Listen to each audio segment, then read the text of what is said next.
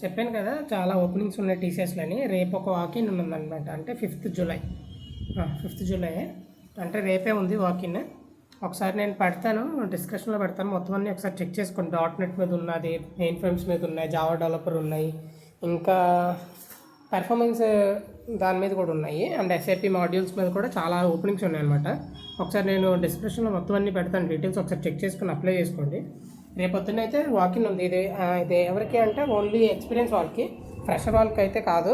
Fresher వాళ్ళకి NQT ఒకటే ఉంటుంది టీసీఎస్ రావడానికి. చాలామంది నన్ను అడుగుతున్నారు, అన్న టీసీఎస్ రావడానికి ఎలా ఫ్రెషర్కి అనేసి. NQT ఉంటుంది, ఒకవేళ అది అవ్వలేదంటే పెయిడ్ NQT అన్నా రాసుకోవచ్చు, ఇష్యూ ఏమి ఉండదు. దానికోసం నేను సపరేట్ వీడియో అనేది చేస్తాను. ఫస్ట్ అయితే ఎక్స్పీరియన్స్ వాళ్ళు అయితే మాత్రం అప్లై చేసుకోండి. టీసీఎస్లో కెరియర్ స్టార్ట్ చేద్దాం అని అనుకుంటే 3 years నుంచి ఎన్ని ఇయర్స్ ఉన్న ఎక్స్పీరియన్స్ ఉన్నా పర్లేదు, తీసుకుంటారు.